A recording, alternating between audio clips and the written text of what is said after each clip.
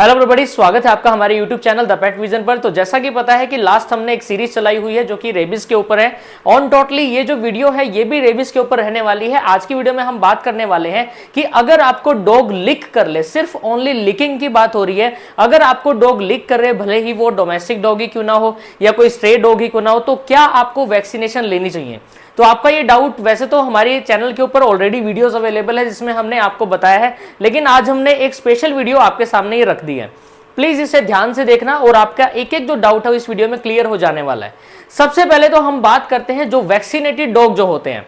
अब vaccinated dog में आ गया कि आपके घर वाले जो डॉग है, यानी जो आप घर पे जो रखते हो, जो डोमेस्टिक जो डॉग होते हैं, या अगर आप कोई एनजीओ वगैरह चलाते हो, आपके पास स्ट्रे एनिमल्स है जिसकी आपने वैक्सीनेशन करवाई हुई है, अगर वो आपको लिक कर ले तो क्या आपको वैक्सीनेशन करवानी चाहिए या नहीं करवानी चाहिए।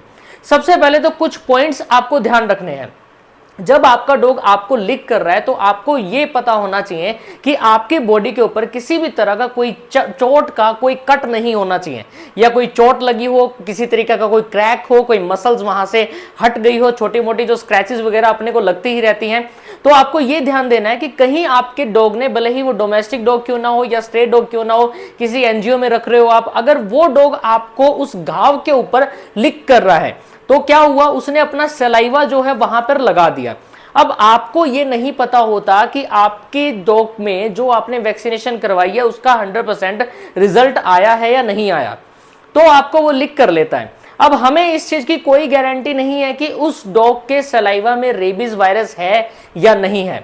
हम क्या लेके चलते हैं, सिर्फ एक आइडिया लेके चलते हैं कि हमने वैक्सीनेशन करवाई है तो मेरा डॉग है वो रेबीज से बच गया है। लेकिन वो तो रेबीज से बच गया है, यानी उसको अगर कोई दूसरा जो डॉग बाइट करता है जो कि रेबीज से इन्फेक्टेड है, अगर वो उसको बाइट कर रहा है तो उसकी बॉडी के अंदर तो एंटीबॉडी बनी हुई है, लेकिन आपकी बॉडी के अंदर एंटीबॉडी तो नहीं बनी हुई। तो आपकी बॉडी में एंटीबॉडी कैसे बनेगी, जब आप रेबीज की वैक्सीनेशन करवाओगे, यानी एंटी रेबीज वैक्सीनेशन लोगे।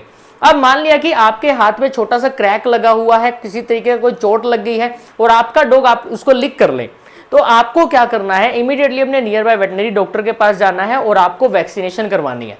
अब आप बोलोगे सर मैंने तो मेरी डॉग की भी वैक्सीनेशन करवा ली सारी की सारी और अब मैं मेरी भी करवाऊं, यानी मेरा तो डबल खर्चा हो गया। तो आपके लिए ये बात मैं बता देता हूं, देखो इस छोटे से खर्चे के चक्कर में अपनी हेल्थ के साथ मत खेलिए।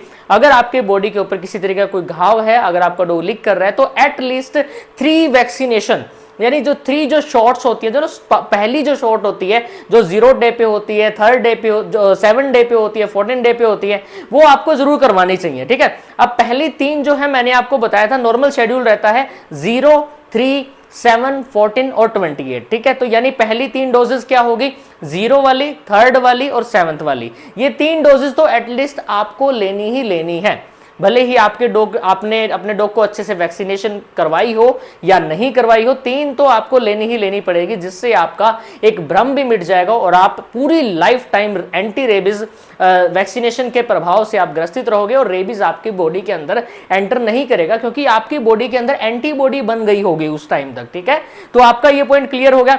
अब मैं बात करता हूं कि अगर डॉग अनवैक्सीनेटेड है, आपका डोमेस्टिक डॉग ही अनवैक्सीनेटेड क्यों ना हो, भले ही कोई स्ट्रीट डॉग ही अनवैक्सीनेटेड क्यों ना हो, अब स्ट्रीट डॉग का तो हमें पता ही नहीं होता, वो तो 100% अनवैक्सीनेटेड ही होते हैं ना। अगर वो आपको लिक कर ले, क्योंकि हम क्या होते हैं कि ह्यूमन नेचर एक ऐसा नेचर है, हम बहुत ज्यादा अफेक्शनेट हो जाते हैं हमारे डॉग्स के लिए, भले ही वो स्ट्रीट डॉग ही क्यों ना हो। मैं भी कई बार क्या होता है कि जल्दबाजी में, जैसे जब भी ऑफिस से आता हूं घर पे, तो ऐसा लगता है कि मैं जो स्ट्रीट डॉग है उनके साथ खेलना स्टार्ट कर देता हूं। ठीक है, तो कहीं ना कहीं माइंड के अंदर ये रहता है कि ये मेरे को लिक ना कर ले। ठीक है, अब क्योंकि हम तो इस बारे में स्टडी करते रहते हैं, केसेस को देखते रहते हैं, ऑब्जर्व करते रहते हैं, इसलिए हमको पता है, लेकिन आपको वो नहीं पता होता।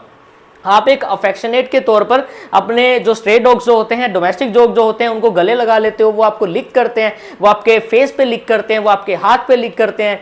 तो आपको ना एक सोचने वाली बात यह है कि देखो, आप उससे प्यार कर रहे हो, भले ही स्ट्रे डॉग हो, आपका डोमेस्टिक डॉग हो, वो गलत नहीं है, लेकिन आपकी सेफ्टी मैटर करती है। आपको अपनी सेफ्टी पर्पस से एंटी रेबीज वैक्सीनेशन एक बार जरूर करवानी ही करवानी है।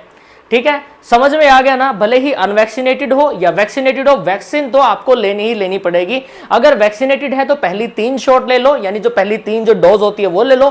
अगर अनवैक्सीनेटेड है तो 5 की 5 ले लो, ठीक है। पूरी लाइफ टाइम सेफ रहोगे, आपको रेबीज नहीं होगा। अब मैं बात करता हूं कि चलो आपने एक बार तो चलो भाई 5 की 5 वैक्सीनेशन करवा ली, एंटी रेबीज वैक्सीनेशन आपने ले ली, या भले ही पहली 3 डोज ले ली। अब अगर नेक्स्ट ईयर वही डॉग आपको बाइट कर रहा है, वही डॉग आपको लिक कर रहा है, तो आप क्या करोगे? तो आप कंफ्यूज हो जाओगे कि यार अब क्या मुझे फिर से दोबारा से 5 के 5 इंजेक्शन लगवाने पड़ेंगे? क्या दोबारा से वही खर्चा रिपीट हो गया? तो आपका मैं डाउट क्लियर कर देता हूं। आपको उस टाइम सिर्फ 2 डोजेज लगवानी है, इनिशियल पहली, और जो उसकी बूस्टर जो डोज होती है आप वो लगवा सकते हो। आप बिल्कुल सेफ रहोगे, कोई दिक्कत वाली बात नहीं होगी।